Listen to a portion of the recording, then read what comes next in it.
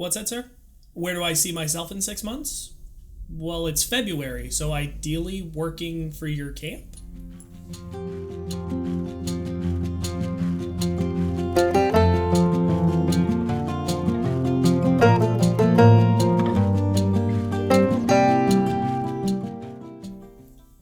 Hey there, happy campers. Jason back again with another video, and this week we are diving into the most fear-inducing part of the camp job search process, and that is the interview itself. One thing I've noticed in all of my years working in camping, both as a counselor and on the administrative side, is that camp interviews tend to be very, very similar. Now, some of the questions might be tailored a little bit more specifically to the exact camp that you're applying for, but overall, they're going to follow a pretty predictable outline of at least the type of question that you should expect to hear. And so the goal for this video is not only to give you a heads up on the types of questions that you should expect to hear in your camp counselor interview, but also give you some advice on how to answer it and what it is as administrators that we're looking for in our candidates when we ask these questions. So let's get on into it. Here are my 7 camp counselor interview questions you should expect to hear and how to answer them. And the first question right off the bat that they're going to ask you is, what do you already know about us? So I would say 99 times out of 100, this is the first question that you're going to get asked. After you've done all of the pleasantries, how's your Monday going? Did you have any trouble finding the place? They've gone over how the interview process is going to work, how long you should expect it to take. This is usually the first question that they're going to ask you right off the bat. And really this question is serving 2 purposes. As the camp director, I need to know what parts of my spiel about camp do I not need to go into because you already know it. I don't need to tell you that we're a co-ed residential camp in rural Pennsylvania because you've seen the videos, you've gone to our website, you already know that about us. And the second purpose of that question is that it shows that you've done your research and that you're invested in camp and you took the initiative to actually learn a bit about camp prior to your interview. Now, this is something that you should be doing anyway for any camp that you're interviewing with. Before you have that interview, before you talk to that person, be it virtually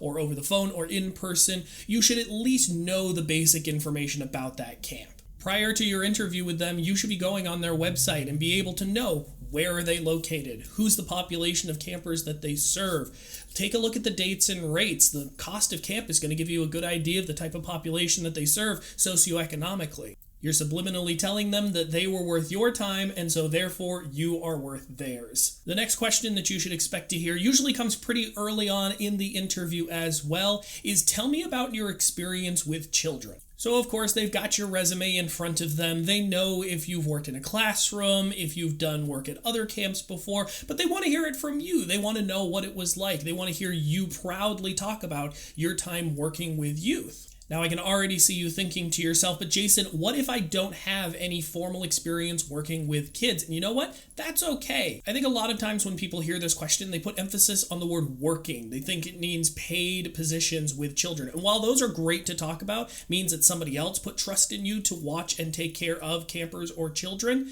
it also can include unpaid experience. Working with children doesn't necessarily mean it was a paid position. So any volunteer experience, either after school or through your school, if you've got cousins that you've helped babysit, if you have younger siblings, any children that you've worked with that you've either been in charge of or responsible for the fun and enjoyment of, they want to hear about that. And if you truly have absolutely no experience with children before, own it. Tell them that you're looking forward to gaining that experience through this job as a counselor. You're really interested in a possible future job working with kids. You're thinking that this might be a good career move for you. You're kind of testing the waters and you want to gain that experience through this camp. Getting now into the more broad types of questions that you can expect to hear. Question number 3, you're going to hear some type of question around setting limits or boundaries. So when we think of the job of a camp counselor, we think of fun-loving, sort of the big brother type of role,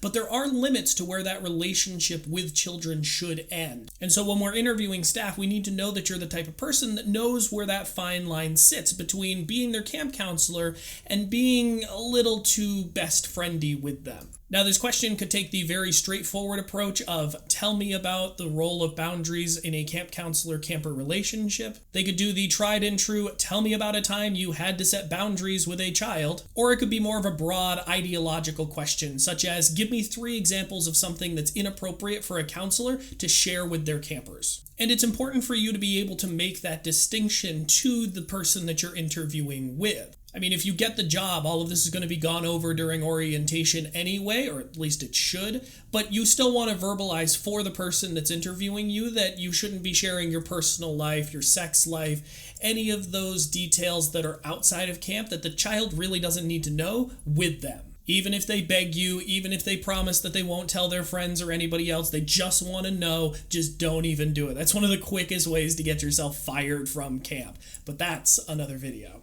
The next type of question that you should expect to hear during your interview for summer camp is some type of what-if question. And usually these what-if questions are either going to be around supervision, behavior management, or peer-to-peer interactions with your fellow counselors. Now, on the surface, it really looks like this question sort of piggybacks off of the last type of one, especially if it's behavior management. You can set the limits, you can tell them what the rules are, where the boundaries are, and you can reinforce them. Or if it's staff to staff, it's usually about some type of disagreement you're having and coming together and working together to come up with an amicable solution. But I'm going to let you in on a little secret here. There is a hidden second thing that we're looking for as the person doing your interview when we ask you this type of question. You see, typically when we ask this question, after you give your first answer, we're going to, in the what-if scenario, continue to escalate the problem. So for example, with behavior management, Timmy was misbehaving, you went over, you spoke with him, and then you take the next steps, and then you walk away, and then our follow-up question is, okay, later on that day, you see him doing it again. And we're going to keep going and keep going. And what we're secretly looking for here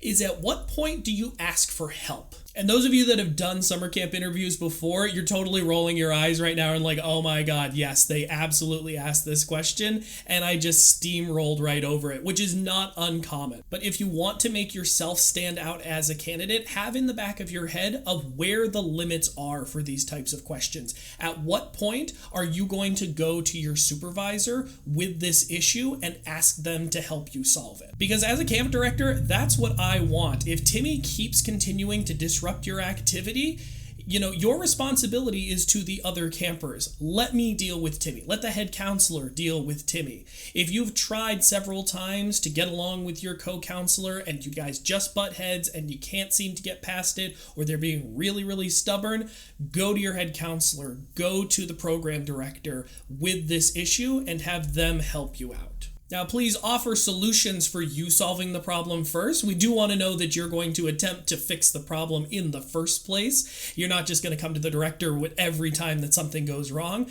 But if they continue to escalate it and keep asking you, okay, they do it again, okay, they do it again, be prepared to tell them, okay, at that point, I'm going to take this and I'm going to go to the director and cite exactly what I said. My responsibility is to everybody else. Clearly, we have tried things and they are not working. It's now time for me to go up the ladder. Guaranteed 100%, it's going to make you really, really stand out in the interviewer's eyes. Now, the next type of question that you should expect to answer during your interview is something fun, something creative. You should expect a question to come out of left field because, after all, this is camp. You should expect the unexpected. Now, it's really going to be difficult for me to get specific on how the exact camp that you're interviewing with is going to choose to ask a creative question, but just be prepared to have one suddenly come out of left field on you, and don't let it fluster you, because honestly, that's part of the reason that we're asking it. We want to know how you deal with the unexpected. And also, it's camp. Camp is fun, so we're going to have a little bit of fun during the interview process. We're testing your ability to not only take things that come out of left field and surprise you, but we also want to know if you're somebody who can be spontaneous and fun.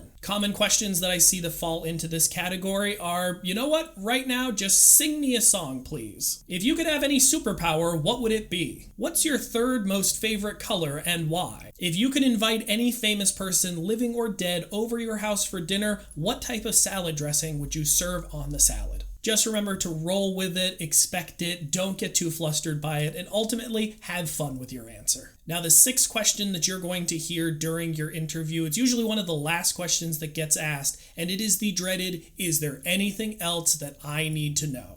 And prior to your interview, I want you to take a second and think about that. You should expect this question to come up. And honestly, is there anything else that the camp needs to know about prior to making an offer to you for a job? If you already know dates for the summer ahead of time where you're not going to be at camp because there's a wedding, a family reunion, a vacation, it's best to let them know about this now. If there are any scenarios or responsibilities that might come up during the summer that you are just not comfortable doing at all, this is the time to let them know. Two of the most common ones that I hear all the time are being uncomfortable around water or being afraid of heights. Which remind me sometime to tell you the story about accidentally hiring a ropes counselor once who was afraid of heights and couldn't do half of the high ropes course elements because he was terrified to get up there. Lesson learned by Jason, always ask your rope staff when you hire them, are you afraid of heights? And just like I said earlier, when it comes to your weaknesses, it's better to just own it. I mean, camp reveals a lot over the course of the summer,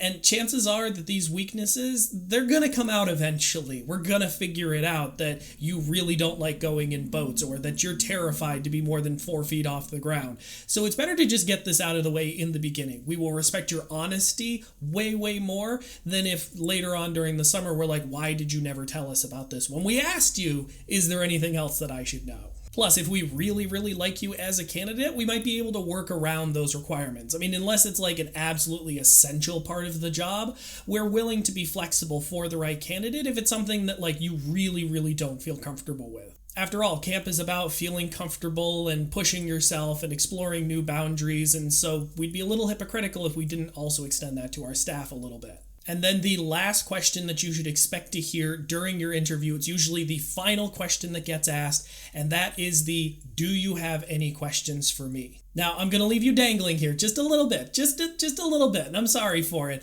but that is actually the subject of my next video, because you will get asked this question, and I'll give you a little preview. You have questions. You always want to have questions. So in my next video, we're going to talk about what questions you should be asking when you get asked, do you have any questions for me? Pretty sure we follow that there. So stay tuned for that. Click the card up here if that video has already gone up to check it out.